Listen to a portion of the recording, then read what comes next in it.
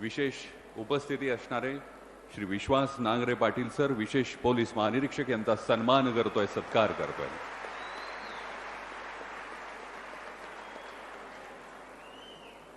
शिवाजी विद्यापीठातर्फे सुद्धा सत्कार करण्याची विनंती मी श्री VN शिंदे सरांना करतो. त्याचबरोबर श्री अमोल वडियार वेदार्जुन इन्फ्रास्ट्रक्चरच्या वतीने सुद्धा सन्मान करतील.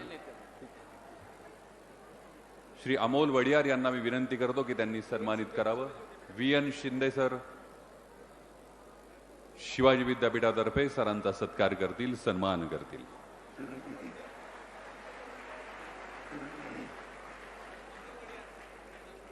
श्री अमोल वडियार यांच्या वतीनं वेदार्जुनच्या वतीनं आपण सरांचा सन्मान करतोय, सत्कार करतोय. बाकी सर्व मान्यवरांचे आभार. मी श्री विश्वास नांगरे पाटील सरांना हा माईक सुपूर्द करतो, पोडियम सुपूर्द करतो. मी त्यांचं भाषण सुरू करण्यापूर्वी एक छोटीशी त्यांनी लिहिलेली एक कविता होती, ते बऱ्याचदा त्यांनी अनेक त्यांच्या भाषणांमधून, त्यांच्या मुलाखतींमधून सांगितली होती. खऱ्या अर्थानं ती कविता आमच्या शिवाजी विद्यापीठाचे एक प्राध्यापक आहेत, हर्षवर्धन पंडित म्हणून, त्यांनी माझ्याकडे ही दिली. सो मी त्याच्या 4 ओळी या ठिकाणी तुमच्या समोर सांगतो आणि नंतर सरांना विनंती करीन भाषणाची. जे अशक्य वाटतंय ते स्वप्न मला पाहायचंय, जे अशक्य वाटतंय ते स्वप्न मला पाहायचंय. ज्या शत्रूचा कोणी पराभव करू शकत नाही त्याला मला हरवायचंय. ज्या शत्रूचा कोणी पराभव करू शकत नाही त्याला मला हरवायचंय. कोणालाही सहन होत नाही असं दुःख मला सहन करायचंय. कोणालाही सहन होत नाही असं दुःख मला सहन करायचंय. ज्या ठिकाणी धाडसी माणसं जाण्यास धाडत करत नाहीत, ज्या ठिकाणी धाडसी माणसं जाण्यास धाडस करत नाहीत, त्या ठिकाणी मला जाऊन धावायचंय. सत्यासाठी मला संघर्ष करायचा आहे. सत्यासाठी मला संघर्ष करायचा आहे. कुठलाही प्रश्न त्यासाठी मला विचारायचा नाही, थांबा घ्यायचा नाही. माझी नरकात जाण्याची सुद्धा तयारी आहे, पण त्याला कारण स्वर्गीय असलं पाहिजे.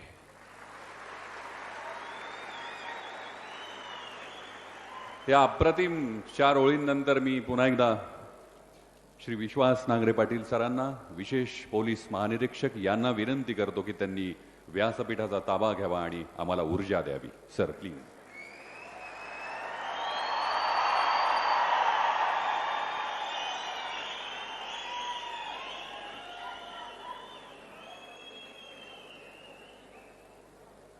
सकाळ समूहाच्या वतीनं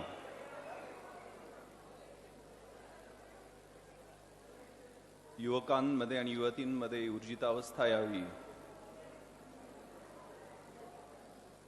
यासाठी आयोजित ऊर्जा संकल्पनेला सिद्ध करणारे सकाळचे सगळे अद्रवयू या ठिकाणी उपस्थित माझे सहकारी कोल्हापूरचे पोलीस अधीक्षक श्री प्रदीप देशपांडे, श्रीमती देशपांडे,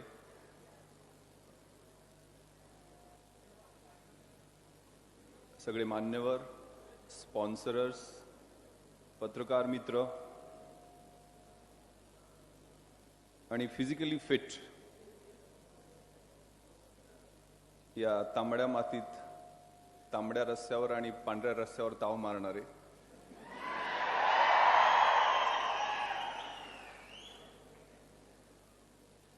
मेंटली अलर्ट, राजर्षी शाहूंचा वारसा जपणारे आणि स्पिरिच्युअली हाय, पुरोगामी परंपरा आणि इतिहासाचा वारसा सांगणारे कोल्हापूर आणि कोल्हापूर परिसरातील बंधू आणि भगिनीनो,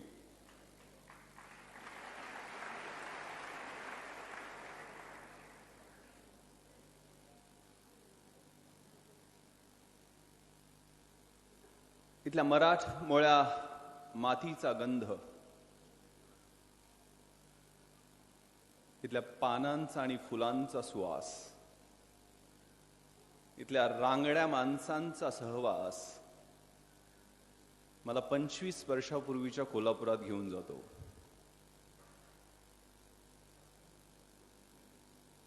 असं शी जेते आताच तेते काम हातीची सोडू नको, नव्या प्रदेशात धुंडुनी काढीन स्वप्न सुखी आळसू नको, घरापासची कर्मभूमी ती टाक नांगरुनी पांगू नको. टागोरांच्या शब्दात सांगायचं झालं तर या समोरच्या खर्डेकर लायब्ररीमध्ये, इथनं काही अंतरावरच्या विमान लायब्ररीमध्ये, काही अंतरावरच्या राजाराम कॉलेजच्या प्री IAS ट्रेनिंग सेंटरमध्ये, राजाराम कॉलेजच्या लायब्ररीमध्ये तासन तास कंपॅशन, इनोव्हेशन आणि passion. Innovation in the head, compassion in the heart and passion in the belly. डोक्यामध्ये नाविन्यपूर्णता, हृदयामध्ये करुणा आणि पोटामध्ये असणारी आग घेऊन केलेला तासन तास अभ्यास आठवतो.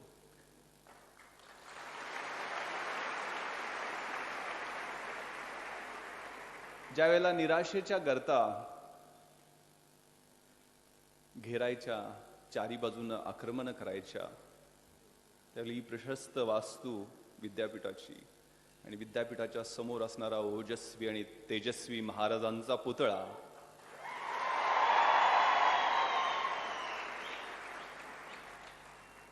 त्या पुतळ्यासमोर असणाऱ्या बाकड्यावर बसायचो आणि एकच जप करायचो, शिवाजी शिवाजी आणि शिवाजी. अंगामध्ये, रोमामध्ये, शरीरामध्ये, मनामध्ये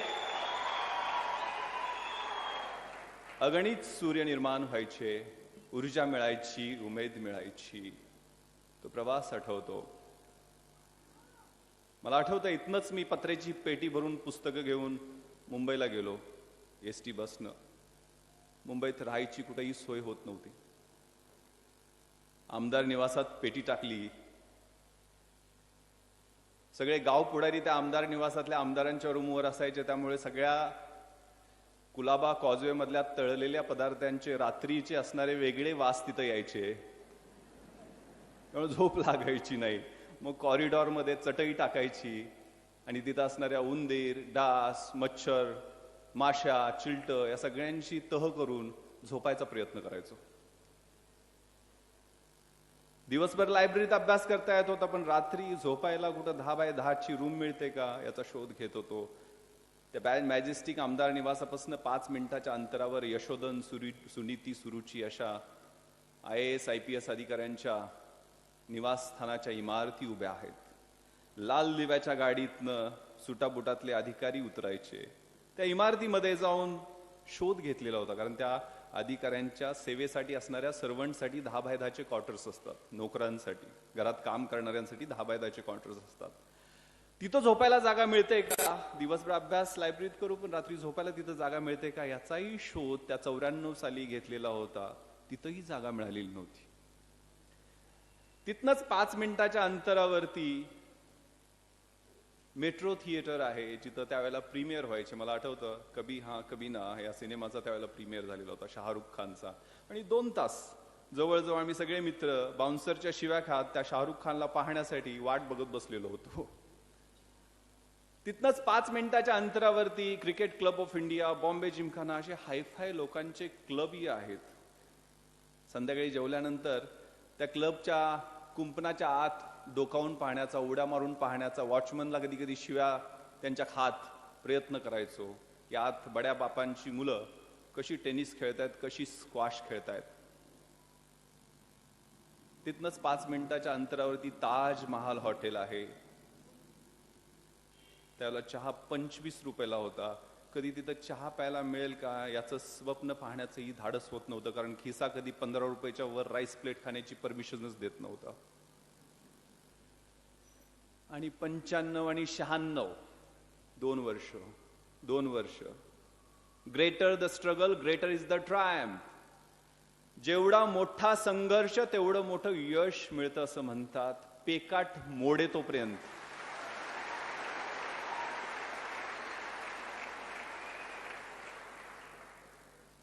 आणि बुडाला फोड येई तोपर्यंत जीव तोडून अभ्यास केला. IPS मध्ये निवड झाली, परिस्थितीनं यू टर्न घेतला, परिस्थिती पालटली. ज्या ठिकाणी 10x10च्या सर्वंट क्वार्टरचा शोध घेत होतो, मुंबईचा डेप्टी कमिशनर ऑफ पोलीस म्हणून नेमणूक झाली 2007 मध्ये. त्याच इमारतीमध्ये 2200 स्क्वेअर फीटचा आलिशान फ्लॅट मला आणि माझ्या कुटुंबाला शासनानं राहायला दिला.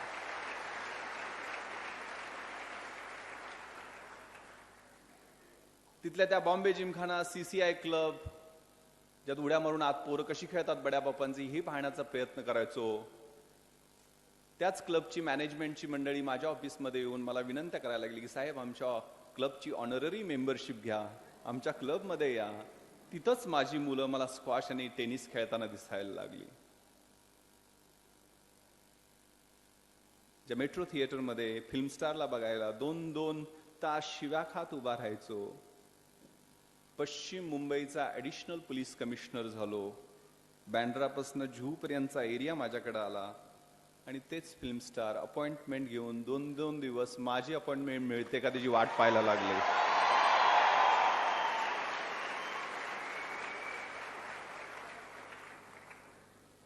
ज्या हॉटेलमध्ये कधी चहा प्यायचं स्वप्न पाहिलं नाही, त्या ताज हॉटेलमध्ये 26/11च्या रात्री सगळ्यात जास्त माझी आणि माझ्या टीमची वाट पाहिली गेली. त्याच हॉटेलमध्ये अतिरेक्यांशी 2 हात केल्यामुळं राष्ट्रपतींचं शौर्य पदक देण्यात आलं. हे सगळं सांगण्याचा उद्देश माझी स्वतःची स्तुती करण्याचा नाहीये. फटक्या चड्डीपासनं तर युनिफॉर्म पर्यंतचा जो प्रवास आहे, त्या प्रवासात किती चटके फटके वेदना झाल्या ते सांगण्याचा तो प्रयत्न आहे. Winning horse doesn't know why it runs. It runs due to beats and pains. जिंकणारा, शर्यतीत जिंकणारा जो घोडा असतो ना, त्याला माहित नसतं तो का धावतोय, का पळतोय जीव तोडून. तो फक्त ते फटके आणि चटके जे बसतात, चापकाचे फटकारे मिळाल्यानंतर त्या वेदनांमुळे धावत असतो. Life is a race. God is your rider. And if you are getting beats and pains, then it's for sure that you are going to win the race. आयुष्य ही एक शर्यत आहे. परमेश्वर हा त्याचा रायडर आहे. आणि जर तुम्हाला चटकेन फटके मिळत असतील तर निश्चितपणे तुमचा विजय निश्चित आहे.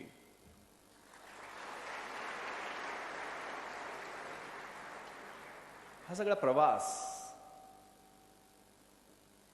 एकच नाव,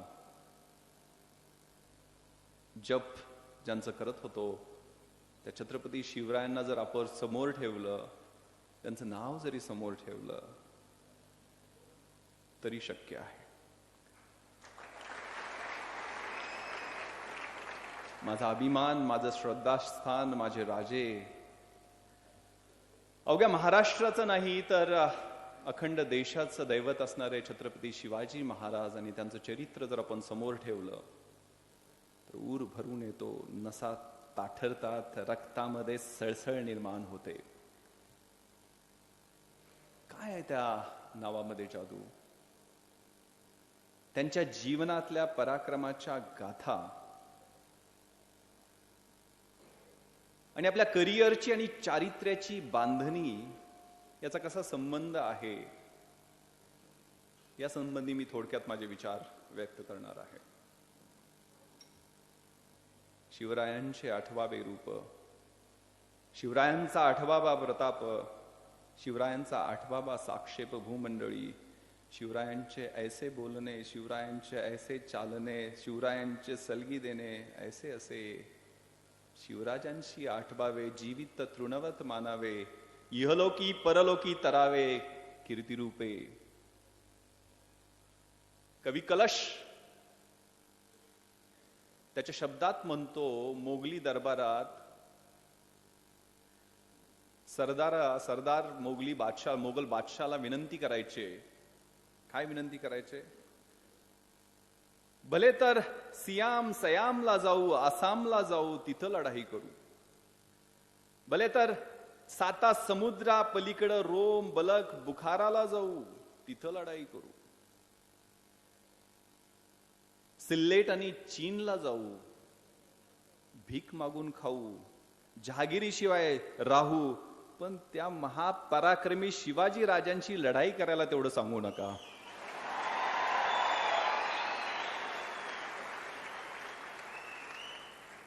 काय मिस्ट्री आहे.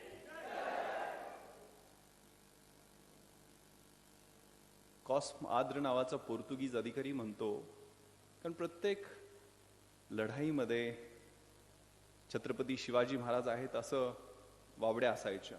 आता एकाच वेळेला अनेक ठिकाणी शक्य नाही आहेत ते असणं, त्यामुळे तो म्हणतो कॉस्म आद्र, the question is still unresolved whether Shivaji substitute himself for others or whether he is devil or magician who replaces others. की शिवाजी महाराज हे स्वतःच्या ठिकाणी दुसऱ्या कुणाला पाठवतात का ते स्वतः एक भूतप्रेत आहेत की जादूगार आहेत. निर्जन सह्याद्रीमध्ये ज्यांनी किल्ले बांधले, त्या किल्ल्यांना शेले पागोटे बांधले, चालतं बोलतं नंदनवन ज्यांनी तयार केलं, 300च्या वर किल्ले ज्यांनी बांधले, 15व्या वर्षी 36,000 होन वार्षिक उत्पन्न ज्या राजाचं होतं, 45व्या वर्षी 4 कोटी होन म्हणजे आजच्या किमतीमध्ये 2 लाख कोटी रुपयाचं ज्याचं उत्पन्न होतं. त्या राजानं स्वतःसाठी कुठं बंगला बांधला नाही, की फार्म हाऊस घेतलं नाही, की कुठं 7/12वरती एखादा किल्ला लिहून घेतला नाही. श्रीमंत योगी, त्यांच्या जीवनामधून खूप काही शिकण्यासारखं आहे. 15व्या वर्षी शंभू महादेवाच्या साक्षीनं स्वराज्य स्थापनेची तोरणा किल्ल्यावरती शपथ त्यांनी घेतली. ते 15वं वर्ष ज्या वेळेला प्री फ्रंटल एरिया ब्रेन मधला डेव्हलप होत असतो,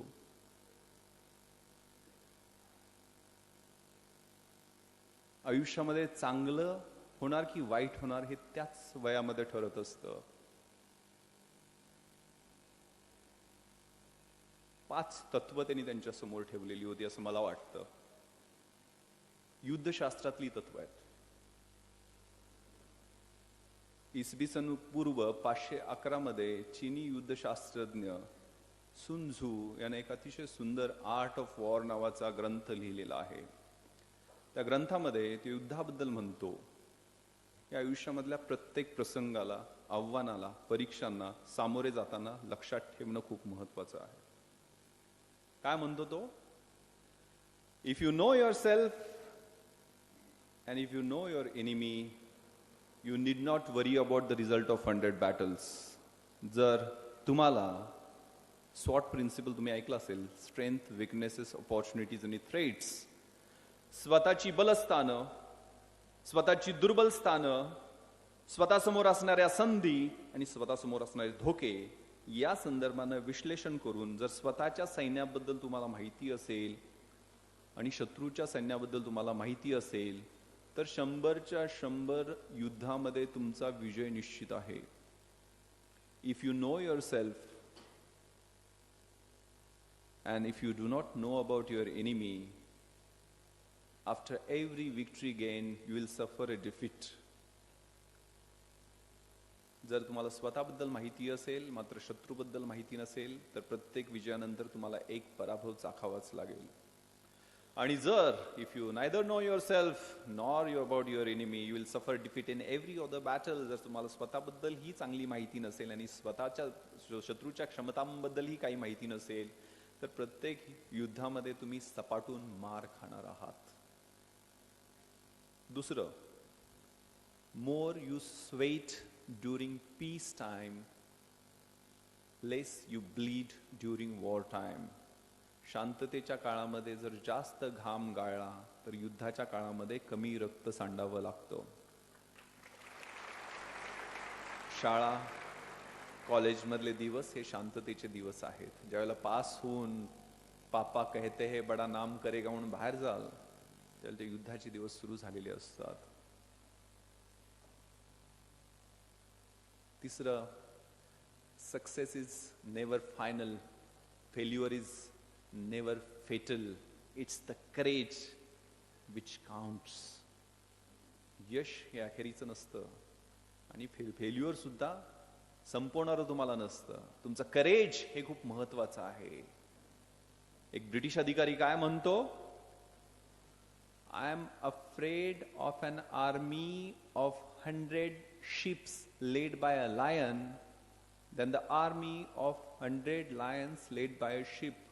2 सैन्य आहेत, एकात 100 शेळ्या आहेत, त्याचं नेतृत्व सिंह करतोय, आणि दुसऱ्या आर्मीमध्ये 100 सिंह आहेत, त्याचं नेतृत्व एक शेळी करते. ज्या सैन्याचं नेतृत्व एक सिंह करतोय, भले ते शेळ्यांचं सैन्य असो, त्याची मला जास्त भीती वाटते. छत्रपती शिवरायांनी सामान्य मावळे, त्यांच्या चेहऱ्यावर तेज आणलं, त्यांच्या मनगटामध्ये शक्ती आणली, त्यांना सिंहासारखे निर्भय बनवले.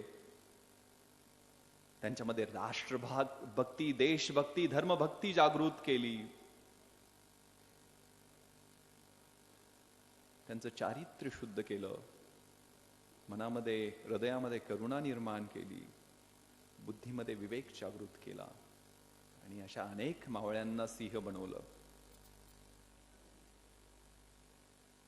आणि plan, trap, very very important, तो 16व्या वर्षी त्यांनी केलेला होता. If you are failing to plan, you are planning to fail. जर तुमच्या आयुष्यामध्ये तुम्ही प्लॅन करायला फेल झाला तर भविष्य काळात तुम्ही फेल होत असता. आणि प्लॅन म्हणजे काय? What is plan? Deciding in advance what to do, when to do, how to do, and who is suppose to do it.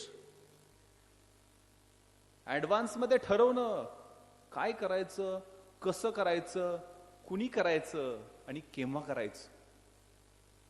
आणि doing the right thing right at right time and right place. योग्य वेळी योग्य कृती, योग्य संधी आलेली असताना करणं हे खूप महत्वाचं आहे. आणि using right information at right time and at right place. जी काही माहिती मिळते त्याचं विश्लेषण करून योग्य वेळेला त्याचा वापर करणं हे खूप महत्वाचं आहे. इथंच कोल्हापूरमध्ये न्यू कॉलेजला मी होतो, 12वीला होतो. भूषण गगराणींचं लेक्चर चालू होतं. गगराणी सर त्यावेळेला IAS मध्ये मराठी माध्यम घेऊन भारतात 3रे आलेले होते. मराठी साहित्य विषय, इतिहास मराठीत लिहून, पूर्ण परीक्षा मराठीत देऊन, मुलाखत मराठीत देऊन ही परीक्षा काबीज करता येते. कलेक्टर SP बनता येतं, मोठे अधिकारी बनता येतं, पहिल्यांदाच माहीत झालं. चुळबुळ सुरू झाली. 12वी सायन्सला होतो. 3 आम्ही खेड्यातले, 2 एका गावातले आणि 1 शेजारच्या गावातला. कोकरूडचे 2, मी आणि आनंद पाटील, आणि सुगंध चौगले सरूडचा, म्हणजे शाहूवाडी आमच्या शेजारी गाव आहे ते, शाहूवाडी तालुक्यातलं. 3 जण एकाच वर्गात बसून ते व्याख्यान ऐकत होतो. असं काहीतरी करता येईल का? चुळबुळ सुरू झाली. स्पार्क तयार झाला. आतमध्ये बिलियन स्पार्क्स असतात. त्यांची चुळबुळ सुरू झाली, असं काहीतरी करायचं. कोणत्या वर्षी? 15व्या वर्षी. आणि रिझल्ट लागला. 12वीला खूप चांगले मार्क्स मिळाले होते. 91% ग्रुपला मार्क मिळाले होते. त्यावेळेला इलेक्ट्रिकल आणि सिव्हिलला ऍडमिशन मिळत होतं. त्यावेळेला मला जायचं होतं एकतर इलेक्ट्रॉनिक्स किंवा मेकॅनिकलला, पण ऍडमिशन मिळत नव्हतं. ऑलचंदचं ऍडमिशन सोडून दिलं आणि थेट शेजारच्या राजाराम कॉलेजमध्ये BA इतिहासला प्रवेश घेऊन टाकला.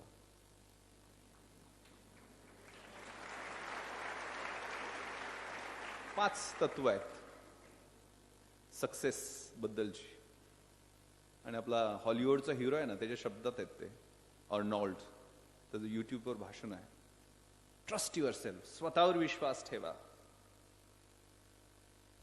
Break the rules, not law. SP साहेब आहेत. ब्रेक द रूल्स, नियम तोडा. सगळं काय सहज मिळत नसते. सगळं चाकोरीत राहून घोड्यासारखं समोर चालू नाही मिळत. रिस्क घ्या. Don't be afraid of the failures. अपयशाला घाबरू नका, ती भीती काढून टाका. आणि वर्क लाईक हेल. तो मोहम्मद अलीचं उदाहरण त्याच्या स्पीचमध्ये सांगतो. त्याला विचारायचे मोहम्मद अली, जो पाकिस्तानचा ग्रेट मुष्टियोद्धा, अरे तू किती सिटअप्स काढल्या? तो म्हटला मी मोजत नाहीये. मी कधी मोजायला सुरुवात करतो? I start counting Wien it starts hurting. ज्यावेळेला दुखायला लागतं, पेन व्हायला लागतात, त्यावेळेला मी मोजायला सुरुवात करतो. त्याच्या पुढच्या मी सिटअप्स मोजत असतो.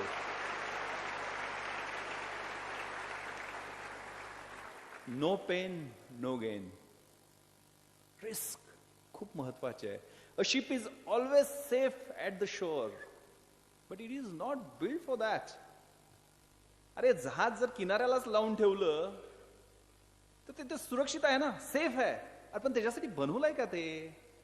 आयुष्य असंच गलबतांचं जहाज आहे. शीड लावायचं, दिशा ठरवायची, त्या उसळत्या उखळत्या समुद्रामध्ये नौकानयन करायला सुरुवात करायची. वास्को दा गामा सारखी, कोलंबस सारखी स्वप्न पाहायचं, नवीन प्रदेश शोधायचे, उद्दिष्ट समोर ठेवलं पाहिजे.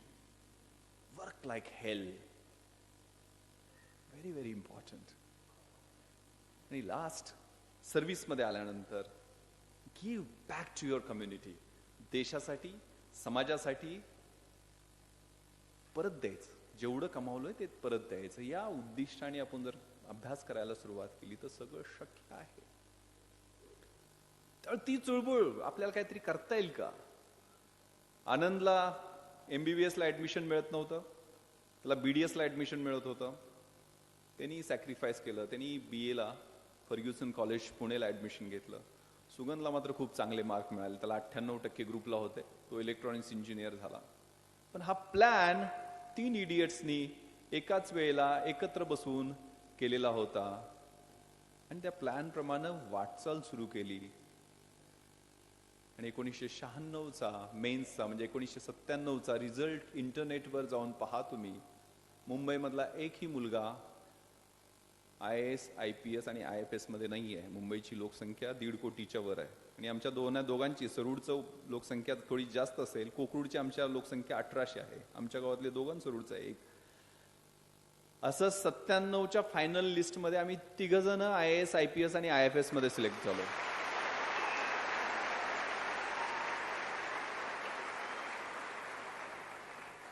आणि वय 23 वर्षाचं असेल तिघांचंही.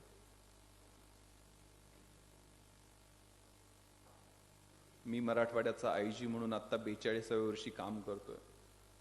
आनंद डायरेक्टर बँकिंग, त्याची तामिळनाडू राज्यात नेमणूक झाली. तो डायरेक्टर बँकिंग म्हणजे पूर्ण देशातल्या बँकिंग सेक्टरचं कोऑर्डिनेशनचं काम करतोय.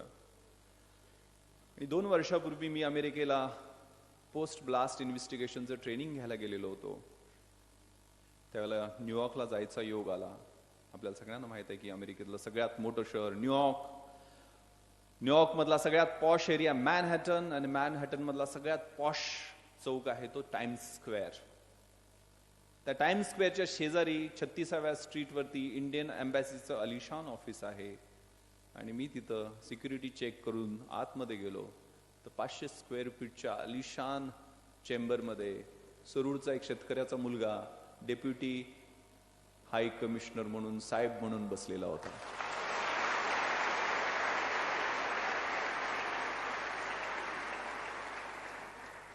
तो प्लॅन, तो ट्रॅप, तो कसा करायचा? योग्य वेळी योग्य माणसांची पारख निवड, वेळेचं व्यवस्थित नियोजन, समय सूचकता, प्रेझेन्स ऑफ माइंड, अभ्यास आणि कॉमन सेन्स यामध्ये खूप साम्य आहे. रोजचं जीवन आणि परीक्षेची तयारी यामध्ये खूप महत्वाचं साम्य आहे. 12वीच्या त्या गर्तेमध्ये मी जर अडकलो असतो, मी आता तुमच्यासाठी एक पुस्तक लिहिलेलं आहे, राजहंस पब्लिकेशन, ते मे मध्ये येईल. फक्त मोटिवेट करण्यासाठी, प्रेरणा देण्यासाठी लिहिलेलं आहे. 12वीच्या गर्ता कशा आपल्याला चारी बाजूने भिडतात आणि त्यातनं बाहेर कसं येता येईल त्या संदर्भात 2 पानं लिहिलेली आहेत. ती मुद्दाम म्हणून मी त्या पुस्तकातली घेऊन आले. तो कच्चा ड्राफ्ट आहे. माझी जी मानसिकता होती त्याच्याबद्दल मी लिहिलेलं आहे. 12वीच्या वर्षात मी मात्र वैचारिक द्वंद्वामध्ये अडकलो होतो. एकटाच किनारा गाठण्याचा प्रयत्न करत होतो. मनात नेहमी नकारार्थी विचार यायचे. आत्मविश्वास जळमळीत व्हायला लागला होता आणि भविष्याबद्दल अस्थिरता वाटायला लागली होती. आपल्याला जर चांगले मार्क्स मिळाले नाही तर पुढे काय, घरचे काय म्हणतील, नातेवाईकात आपली फजिती होईल, नामुष्की होईल, 10वीत तर आपण पराक्रम केला, 12वीची लढाई आपण सहजासहजी हारणार, मी हारणार, माझे करिअर संपणार. आणि हो, मी जर एखाद्या विषयात नापास झालो तर मी कसं कोणाला तोंड दाखवणार, सगळे मला पाहून हसणार, घालून पाडून बोलणार, माझा फुगा फुटणार. असे विचार, अशी चक्र डोक्यात भिरभिरायची आणि खोल खोल गर्तेत आपण अडकलो आहोत. मदतीसाठी आवाज देऊन कुणी हात देत नाही असे भास व्हायचे. चित्रविचित्र स्वप्न पडायची आणि मी दचकून उठायचो. खरंच आले पहिले 10वी आणि नंतर 12वी मुलांना ऐन किशोर वयात पंक्चर करून टाकीत असते. वाढत्या वयात ज्या वेळेला मैदानं बोलावतात, स्नेहसंमेलनं मोहात पाडतात, समवयीन मुलामुलींची हितगुज करावंसं वाटतं, मज्जा करायला रूप असतो, हा 12वीचा अभ्यासाला लोचा करतो. न हसणे, न नाचणे, न करमणूक, न खेळ, फक्त टेबल खुर्ची, क्लासेस, ट्युशन्स, मास्तर आणि न संपणाऱ्या चाचण्या, एकानंतर दुसरी नंतर तिसरी. पिचकून जातो जीव सारा. त्या शिक्षणाचा आईचा घो असं म्हणावंसं वाटतं. पण काही पर्याय नसतो. आईबाप खस्ता खातात, पैसे वाचवतात आणि पोरगा डॉक्टर, इंजिनियर होणार या भोळ्या स्वप्नामध्ये रम्मान होतात. इकडे मेसचं खाऊन पोरग पिचकतं, कधी कधी गटांगळ्या खायला लागतं, सावरणारं कुणीही नसतं. मग नापास नापास नापास असे सलग शिक्के मिळायला लागले की एकतर निराश होतात किंवा निर्लज्ज परवडले, अभ्यास सोडून टुकाऱ्या टवाळक्या यात बिंदास्त मजा मारताना दिसतात. पण जर निराश झाले तर सेंट्रल नर्वस सिस्टम काम करायची बंद होते. अबोला एकांत आवडायला लागतो, एखादं व्यसन घर करायला लागतं. पालकांच्या आग्रहपटी खूप अभ्यास करावा असा वाटतो, पण अभ्यासच होत नाही, लक्षच लागत नाहीत, पुस्तकच आवडत नाहीत. सगळे अभ्यासाचे कागद फाडून फेकून द्यावेत असे वाटायला लागतं. सायन्सचे फॉर्म्युले चारी बाजूनं कानात गुंजन करतात, डोळ्यासमोर नाचू लागतात, वेड लागल्यासारखे भास व्हायला लागतात. कुठेतरी हिमालयात निघून जावं, सगळं सोडून द्यावं आणि कधीतरी जीव द्यावा असंही वाटतं. आणि हो, खरंच काही कोवळे जीव या क्षणभंगूर जीव घेण्यात तणावाला बळी पडतात आणि आपली जीवन यात्रा संपवतात. प्रश्न पडतो, खरंच अर्थ आहे का या 10वी 12वीच्या अभ्यासाला वैतागून असा आत्मघातकी निर्णय घेणं? मुळीच नाही, बिलकुल नाही. किती सामान्य मुलगा असला तरी अभ्यासी किस झाड की पत्ती. नदीत पडल्यावर ज्याला पोहता येत नाही तोच गटांगळ्या खातो, बुडतो, मरतो. पण ज्याला पोहता येतं, ज्याला पाण्याशी स्पर्धा करता येते, ज्याला लाटेवर आरूढ होता येतं, त्याच्यासाठी नदीत मारलेली सूर हा आनंद आहे, साहस आहे, सॉलिड मजा देणारी गोष्ट आहे. तसंच अभ्यास असो किंवा कोणतंही क्षेत्र असो, त्यात पारंगत व्हायला थोडेफार हात हलवावे लागतात, डाव शिकावे लागतात. ते एका जागी आळस करून बसून शिकता येत नाहीत. उठ, जागा हो आणि जोपर्यंत ध्येय सिद्धी होत नाही तोपर्यंत प्रयत्न करीत राहा. देवानं आपल्याला 2 हात, 2 पाय, डोळे, कान, चांगलं शरीर दिलं आहे. अभ्यास करून कुणाच्या अंगाला भोकं पडलीत किंवा कोण मेलाय असं मी कधी ऐकलेलं नाहीये. पण का सोडायचा या जीव फालतू अभ्यासासाठी? त्याच्याऐवजी आरूढ व्हायचं त्या अभ्यासरूपी वारूवर, घ्यायची भरारी त्या अभ्यासाच्या प्रांतात. सगळं शक्य आहे, खरं तर सोपं आहे. फक्त तो आत्मविश्वास जागा झाला पाहिजे, स्वतःमधली क्षमता कळाली पाहिजे आणि कष्टाने मिळालेल्या यशाची चव चाकली पाहिजे. नैराश्य तात्पुरते आहे, क्षणभंगूर आहे, खूपच तकलादू आहे. त्याला झुगारून टाकायला बस एकदा हम मधल्या अमिताभ सारखी मान हलवावी लागते आणि वाघासारखी झेप घ्यावी लागते. त्या पुस्तकरूपी सावजांचा फडशा पाडायचा, राडा करायचा, फोडून टाकायचा, कोड्यासारखा वाटणारा रोजचा ग्रहपाठ, असा भीमनिश्चय करायचा. द्यायच्या चाचण्यानी गाठायची नवी मंची, रोज नवे शिखर, रोज नवे क्षितिज. मी अशा मानसिक हिंदोळ्याने बेजार व्हायचो, गोंधळून जायचो. पण ज्यावेळेला कधी हाराकिरीचा विचार यायचा त्यावेळेला आई तात्यांना आठवायचो. मी जर खचलो, हारलो तर त्यांचं काय होईल, ते कसे जगतील, हा विचार क्षणभरात माझी बॅटरी चार्ज करायचा आणि मी अभ्यासाला लागायचो. थोडा मागे राहिलो असला तरी शर्यत पूर्ण करायची, क्षमता पूर्ण वापरायची आणि शेवटचा स्प्रिंट मात्र जोराने घ्यायचा आहे, जोराने मारायचा आहे, हा पक्का निश्चय होता. 10वी 12वी हे शैक्षणिक टप्पे आहेत, अर्धविराम आहेत. वयाच्या भिन्न टप्प्यात वेगवेगळ्या गोष्टी आवडतात, वेगवेगळ्या आव्हानांना सामोरे जायचं असतं. पाळण्यात असताना खुळखुळ आवडतो, मग दुडू चालताना चेंडू, टेडी बियर, बाहुली आवडायला लागते. किशोर वयात पतंग, क्रिकेटची बॅट, सायकलचं वेळ लागतं. तरुणवयीन अवस्थेत कधी पुस्तकं, कधी सिनेमे, कधी बॉलिवूड मधल्या नायिका आवडायला लागतात. एखादी नायिका आयुष्यातही येते. प्रौढ झालो की पैसा कमवायला आवडतं. प्रतिष्ठा, मान सन्मान, गाडी, बंगला यांची हौस असते. उतार वयात आपसुक अध्यात्माचा, निवृत्तीचा ध्यास लागतो. कालाय तस्मै नमः. कालाप्रमाणे शारीरिक, मानसिक व आध्यात्मिक गरजा बदलत जातात. ज्याच्या बदलत नाही, जो एकाच एक गोष्टीच्या मागे लागतो, तो स्वार्थी, एकांगी, वेडा किंवा कालबाह्य म्हणून समाजात नाकारला जातो. जर लहानपणीची खेळणी तरुण वयात आवडायला लागली तर ते अनैसर्गिक होईल, किंवा तरुणपणीची चाळी जर म्हातारपणी केलं तर त्या व्यक्तीला म्हातारचळ लागलं म्हणून लयनवलं जातं. म्हणून 10वी-12वी हे निश्चित करिअरचे दिशा ठरवणारे एक शैक्षणिक टप्पे आहे. त्यात अपयशी झालो किंवा थोडे मागे राहिलो तर आयुष्य संपत नाही आहे. ये तो शुरुआत है मेरे दोस्त, पिक्चर अभी बाकी है.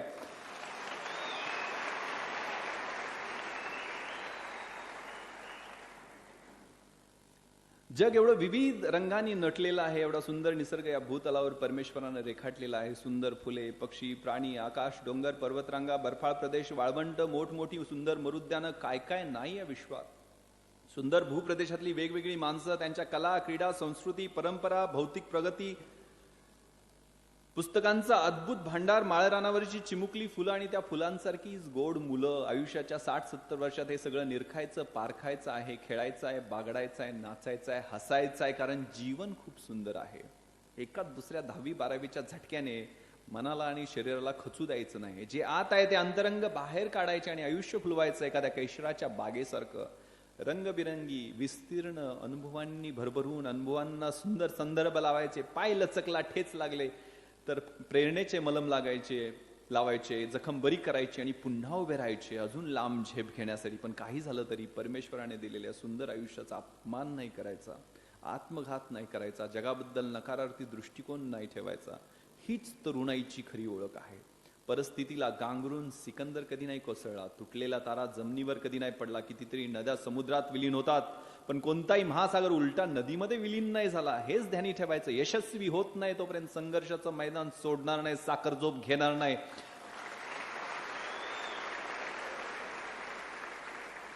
खरं तर तुम्ही झोपल्यावर पाहता ती स्वप्न नसतात, जी तुम्हाला झोपू देत नाही ती स्वप्न असतात. कष्ट, मेहनत केल्याशिवाय यश मिळत नाही आणि प्रयत्न करणारा नेहमीच अयशस्वी होतो हे कधी घडत नाही. प्रयत्नपूर्वक वाळू रगडल्यावरही तेली गळतं असं म्हणतात. यत्न, प्रयत्न, जिद्द, स्वप्न, संकल्प हीच खरी यशाची पंचसूत्री आहे. अरे जिचे हातपाय लुळे होते, जिची दृष्टी अध होती, जिचे शरीर साथ नव्हते, त्या हेलन केलरला अद्भुत यश मिळवता आले. माझे तर हातपाय चालतात, माझं शरीर धडधाकट आहे, हो मेंदूवर थोडा गंज साचलाय, एकाग्रता लाभत नाही, अभ्यास काय होत नाही, असा थोडासा बुरसटलेल्या न्यूनगंडांचा आधार आहे. तो बरा करायला फक्त एकदा ठरवावं लागतंय आणि ते पण पक्क, ठाम आणि शेंडीत तुटोगी पारंबी या निश्चयानं ठरवावं लागतंय. आणि ते ठरवायला मला कुणाच्या परवानगीची गरज नाहीये. नियतीशी मला करार करायचा आहे. कष्ट करून, जिद्दीने, प्रयत्नांच्या पराकाष्ठेने स्वतःला एवढंच सिद्ध करायचं आहे की नियतीनं सुद्धा मला विचारावं, बोल तेरी रजा क्या आहे, काय व्हायचंय, काय बनायचंय तुला तुझ्या भविष्य काळात, कसं योजायचं आहे तुला तुझं आयुष्य. हो, अशीच 12 महिने झपाटून ज्यावेळेला मी स्पर्धा परीक्षेची तयारी केली तेव्हा खटाखट व्हिडिओ गेम मधून कॉइन्स पडतात तसे एकामागोमाग एक यशाचे वरदान 1996-97ला मिळाले होते. 3 पोस्ट मिळालेले होत्या. पुढचं जास्त सिरियसली घेऊ नका. माझे मित्र गमतीने म्हणायचे की तू प्रपोज केलंस तर माधुरी दीक्षित किंवा अंजेलिना जोली सुद्धा नाही म्हणणार नाहीये. पण हे सगळं लक बाय चान्स नव्हतं. 12वीलाच जर निराशेच्या गर्तेत अडकलो असतो, करिअरच्या प्रश्नांनी घेरलेला चक्रव्यूह भेदता आला नसता, स्वतःचे निर्णय स्वतः घेतले नसते, तर कदाचित भटकत राहिलो असतो, अजाणत्या प्रदेशात चुकलो असतो वाट आणि शोधत बसलो असतो अंधारलेल्या आयुष्याचा अर्थ. म्हणून जे काही निवडायचं ते स्वतःच्या हिमतीनं वाट पाहत राहिलो तर इतरांनी न निवडलेलं, शिल्लक राहिलेलं शिळच ताटात पडेल हे नक्की आहे. आयुष्य हे 10 गिअर्सच्या सायकल सारखं आहे. बहुतेक जण एकाच गिअरवर रडत कडत प्रवास करतात. करूया 10च्या 10 गिअर्सवर यश शिखरांची सफर. पादाक्रांत करूया नवनवे आव्हान करणारे ज्ञानाचे प्रांत आणि शिक्षणाच्या ज्ञानाच्या क्षेत्रात घेऊया आसमान भरारी. अरे 10वी-12वी किस झाड की पत्ती, मी तर आलो आहे या दुनियेत एव्हरेस्ट गाठायला. ते शिखर गाठताना माझे गात्र थकणार नाहीत, शरीरात ऊर्जा राहील आणि डोक्यात चैतन्य राहील. यासाठी फक्त आणि फक्त दिवस मोठा करण्याची गरज आहे. ज्यांना स्वप्न पाहायची असतात त्यांना रात्र मोठी हवी असते आणि ज्यांना स्वप्न साकारायची असतात त्यांना दिवस मोठा हवा असतो. दिवसाचा